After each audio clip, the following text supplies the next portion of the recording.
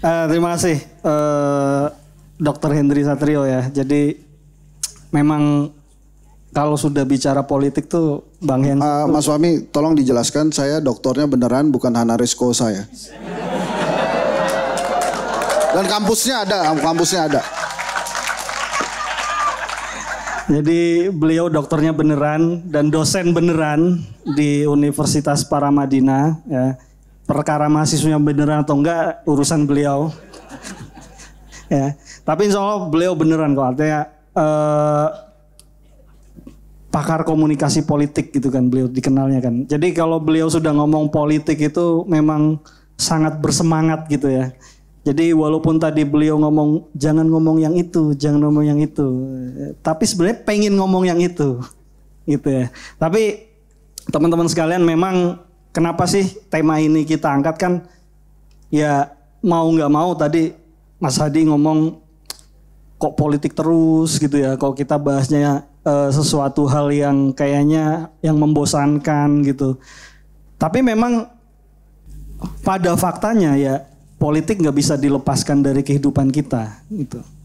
Bahkan kita belanja bahan makanan pokok sekalipun itu ada keputusan politik di situ.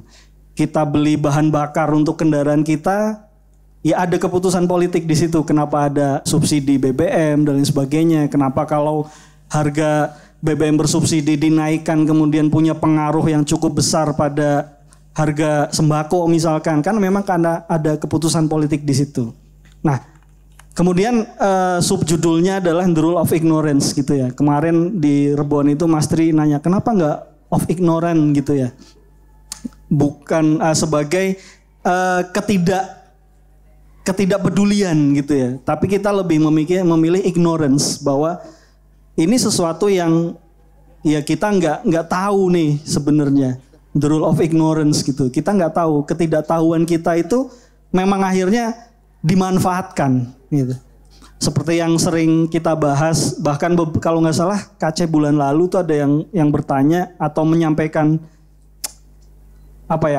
pendapatnya bahwa ketidaktahuan rakyat itu dipelihara, kebodohan rakyat itu dipelihara. Kebodohan rakyat itu memang diatur agar tetap terpelihara sehingga akhirnya pemimpin itu merasa rakyat bodoh ini. Rakyat bodoh nih, rakyat nggak tahu apa-apa kok gitu.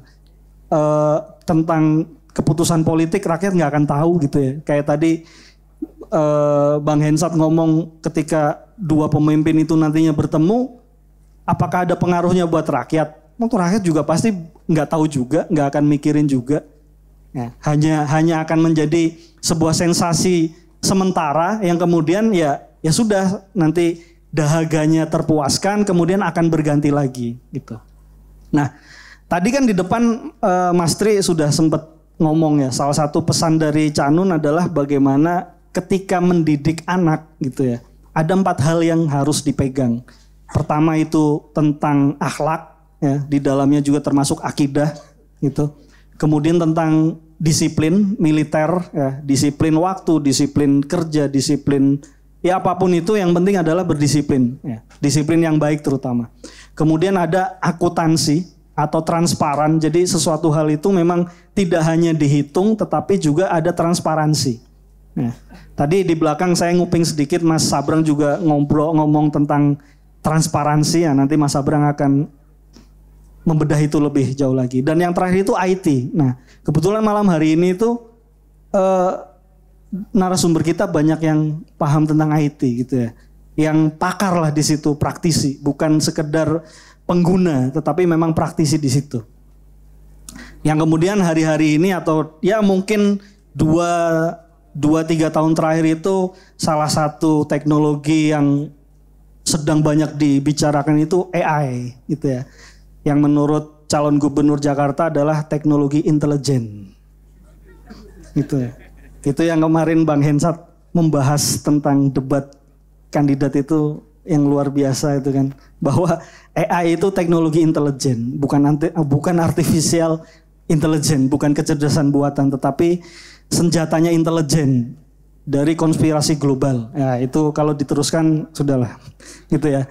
Tapi yang penting adalah terima kasih teman-teman malam hari ini hadir di sini ya. Ya semoga sedikit menjadi pelipur lara kekesalan teman-teman terhadap wasit Bahrain tadi malam gitu kan. Nah, berarti benar mereka kesel gitu kan karena merespon itu gitu ya. Ya. Oke, tadi saya sudah sedikit menyinggung tentang teknologi ya. Malam hari ini ada Mas Ismail Fahmi. Kita tahu beliau adalah founder dari Drone Emprit yang memetakan percakapan di media sosial. Satu hal yang tadi kita sempat diskusikan di Transit adalah bagaimana ruang kebebasan berpendapat kita itu memang ada di media sosial sekarang ini. Tetapi keberanian untuk bersuara itu sepertinya belum begitu muncul cukup banyak.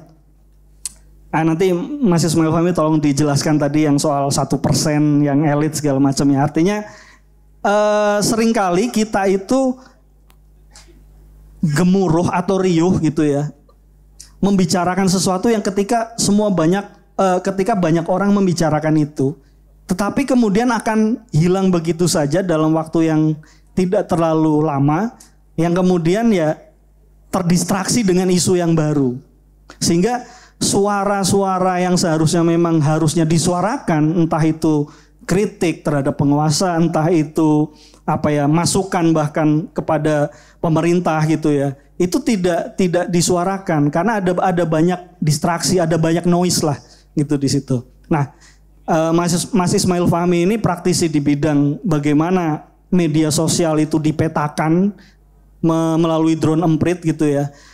Saya pikir kita perlu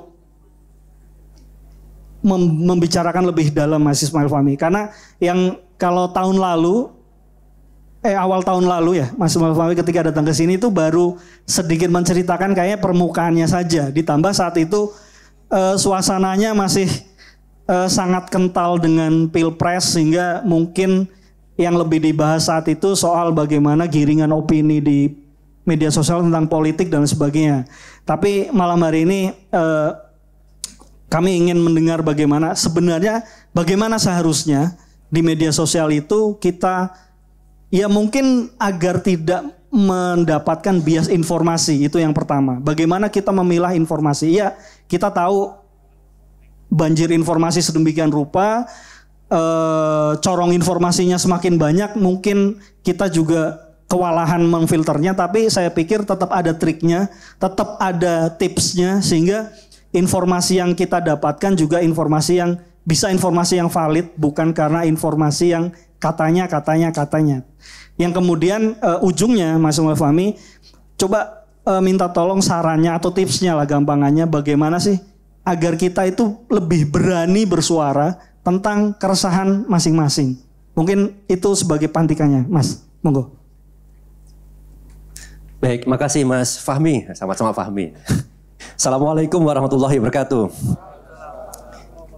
Saya pertama kali di KC ini bareng sama Om Hensat. Kita sama-sama pertama kali. Dan waktu itu pas beliau pulang saya tanya, gimana, aman nggak bro? Sampai rumah nggak? Karena kondisinya lagi panas waktu itu ya. Salah satu kandidat capres mau hadir nggak jadi kan gitu. Nah habis itu Om Hensat jadi jamaah tetap. Nah kalau saya jamaah undangan, kalau nggak diundang nggak datang. Karena jauh. Oke, tadi saya cari di Google apa itu mediokrasi. Ada yang melakukan hal yang sama nggak kayak saya? Karena saya baru dengar pertama kali. Mediokrasi. Ternyata nggak banyak itu hasil temuan. Temuan yang pertama paling tinggi itu ya dari KC. Saya scroll lagi yang lain, nggak banyak ternyata. Jadi KC ini saya heran. Gimana, tadi saya ngobrol sama Mas Abrang, kok bisa menemukan judul yang istilahnya keren ini? Saya tanya ke ChatGPT, salah jawabannya. Mediokrasi itu apa? Dibilang mediokrasi itu berasal dari kata media dan demokrasi. Jadi demokrasi yang ditentukan oleh media. Loh, kemudian Om Hensat cerita, mediokrasi itu nyambung dengan mediocre. Mediocre itu ala kadarnya. Kita puas dengan hal-hal yang ala kadarnya. Ya, ternyata apa? AI knowledge-nya nggak banyak. Artinya mediokrasi itu nggak banyak datanya, sehingga AI pun nggak ngerti. Jadi mudah-mudahan habis Kenduri Cinta ini AI belajar karena banyak cuitan tentang mediokrasi dari Kenduri Cinta. Tepuk tangan dulu. Jadi kita tuh belajar banyak hal termasuk istilah ini sangat penting. Kemudian saya coba berpikir lagi. Ada satu istilah yang sering saya pakai di dalam menganalisis media sosial. Ada namanya tadi saya cerita ke Mas Fahmi. Habis mediokrasi kayaknya berikutnya kita bahas tentang mobokrasi. Mobokrasi itu adalah katanya dari kata mob. Mob itu massa, orang demo rame-rame.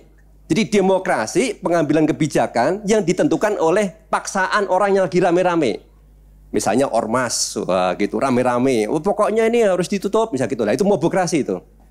Kita di media sosial, pokoknya kebijakan harus ditunda. Nah itu mobokrasi. Nah sekarang akhirnya kembali ke pertanyaan Mas Fahmi tadi. Kita melihat situasi yang sekarang, oke seperti ini. Om Hensat bilang kita belum tahu pemimpin yang ke depan polanya kayak apa. Nah, tapi paling tidak pertanyaan kita berikutnya adalah kalau sudah kondisi ini, ke depan kita harus bagaimana? Mungkin itu yang coba kita jawab ya. Dan saya coba merunutkan jawaban dari pemikiran saya atas pertanyaan ini. Oke, pertama dari mediokrasi dulu. Definisinya tadi Om Hensat. Kita cukup puas dengan hal-hal yang sifatnya mediocre. Pernah kemarin itu pas di debat itu, hebat kan pemimpin partai kita, dia dilawan dengan Tata Mulyono misalnya gitu, cukup dijawab dengan anaknya Mulyono misalnya gitu. Diprotes dengan gambar ya, gambar yang lucu, yang nyebelin itu, langsung di print ditaruh di dinding. Itu hal-hal yang sebetulnya kalau dalam konteks ilmu komunikasi politik serangan gitu ya, itu cerdas sekali. Makanya ketika saya bilang, wah ini respon yang cukup berkelas. Langsung dihajar sama netizen saya di Twitter itu. Kenapa? Harusnya itu bukan berkelas. Tapi ada sesuatu yang sifatnya apa? Kita nggak punya rasa gitu ya. Masyarakat lagi sakit, yang lagi kesulitan, kok kemudian jawaban-jawabannya itu nggak ada empati sepertinya itu. Nah, itu kemudian dipuji. Nah, ketika saya mau memuji dalam tanda quote, itu sebutnya sarkasme, itu nggak banyak yang bisa menangkap pendapat saya. Dikirain saya memuji betulan gitu. Nah, ini sebagai contoh apa? Kita bisa jadi ke depan cukup puas dengan hal-hal yang sifatnya mediocre. Kalau kita lihat dari wapres kita yang sebelumnya, presiden sebelumnya, misalnya B.J. Habibie, pemikirannya luar biasa. Pesawat terbang dan lain-lain, teknologi canggih. Kata-kata canggih itu sering. Sekarang itu jarang sekali kita mendengar kata-kata canggih. Yang kita dengar adalah hal-hal yang gimana kita bisa memutar, balikkan, menyederhanakan ya sesuatu yang mudah dipahami oleh khalayak ramai. Nah, di dalam konteks ini ada teori namanya elite teori. Nah, ini kalau ada yang punya HP itu bisa tanya ke ChatGPT. Apa untuk AI kan bilangnya AI itu. Apa itu elite teori? Elite teori itu begini bilangnya. 1% populasi dia akan mengontrol 100% dengan bantuan dari 7% orang. Jadi ada rumusnya 1-7-92. 1% dibantu 7% mengontrol 92%. Ini biasanya itu dalam konteks penguasaan ekonomi, kebijakan, dan lain-lain. Dan itu terjadi kan di Indonesia. Kita itu mungkin masuk dari mana ini? 92%. Yang 7% itu nggak tahu entah di mana, yang membantu yang 1% ini. Nah ini ke depan gimana? Kalau kita lihat nanti dalam komposisi menteri, dan lain-lain, ini kira-kira yang 1% itu siapa? Arahnya kemana? Kita yang 92% harus bagaimana gitu.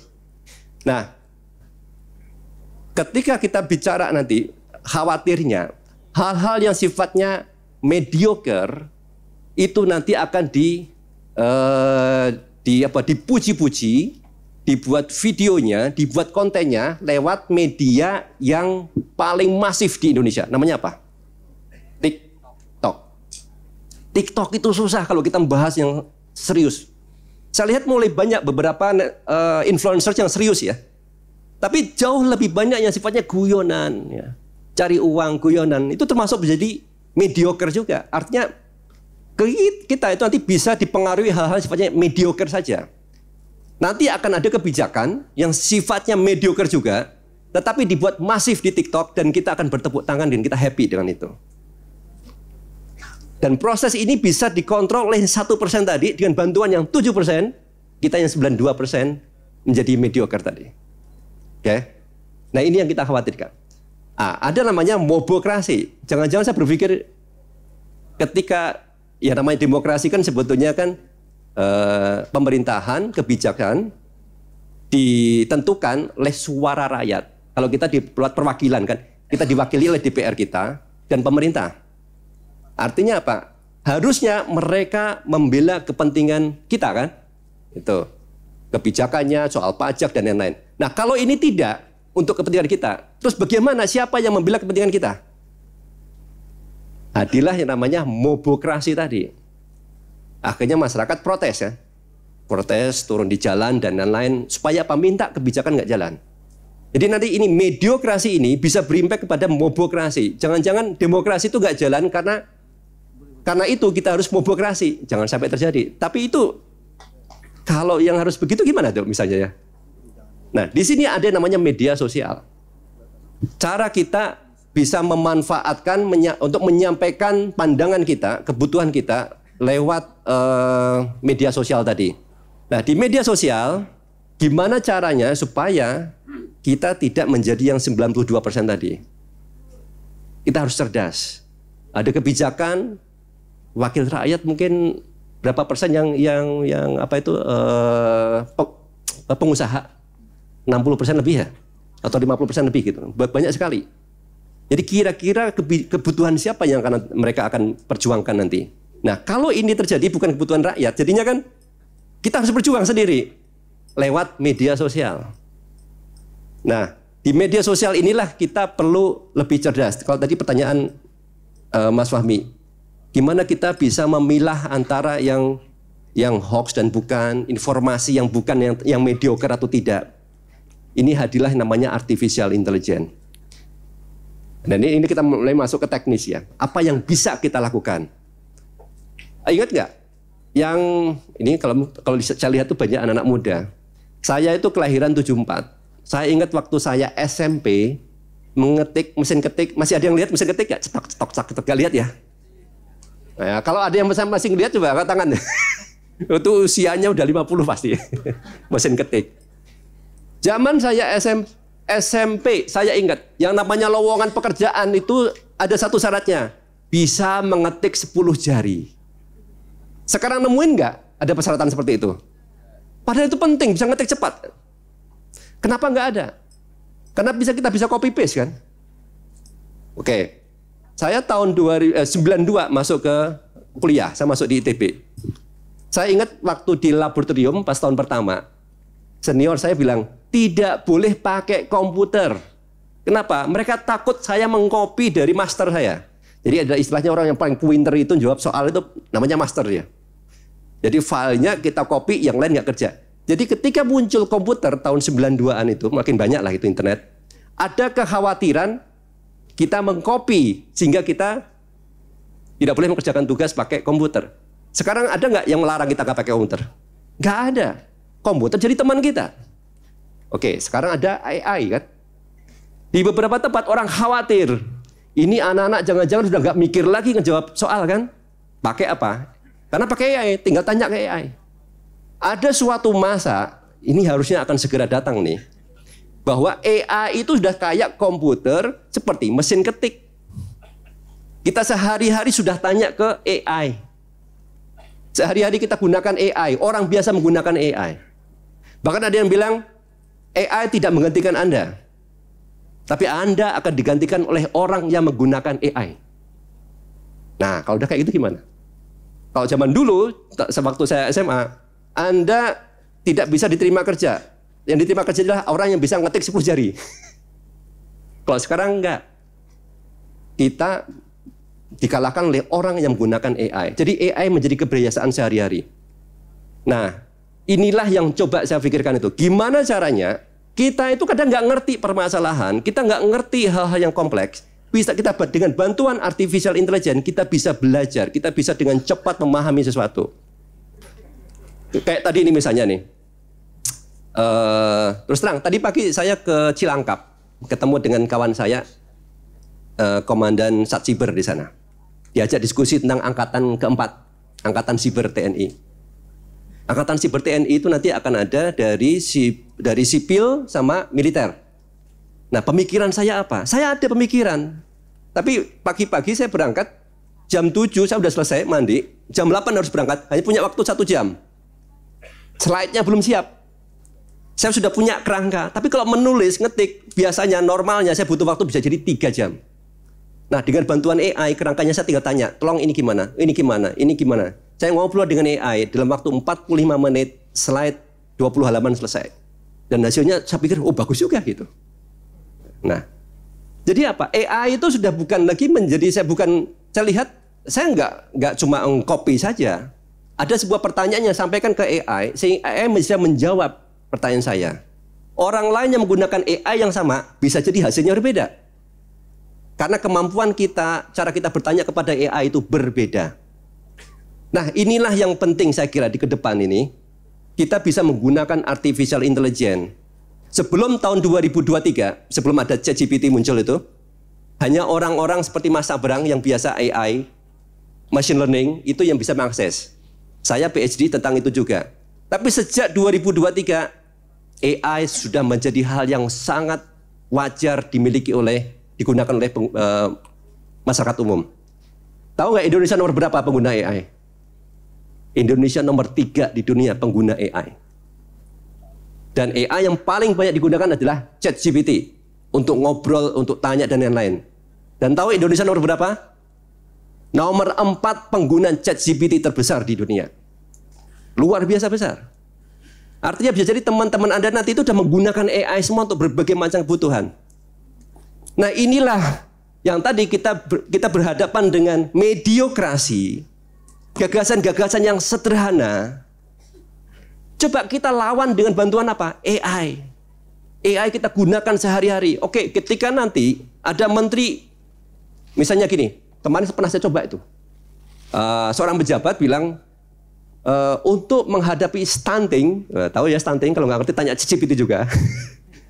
Stunting, kebetulan istri saya itu dokter spesialis anak, urusannya stunting itu hampir setiap hari.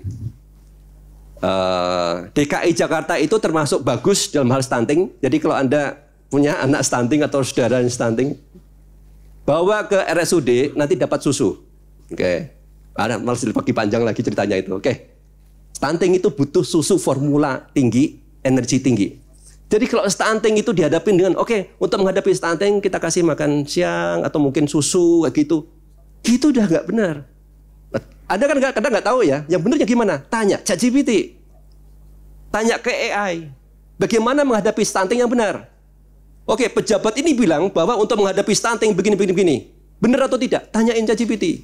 Nah, kalau nggak benar, protes itu ke media sosial, sampaikan itu ke media sosial.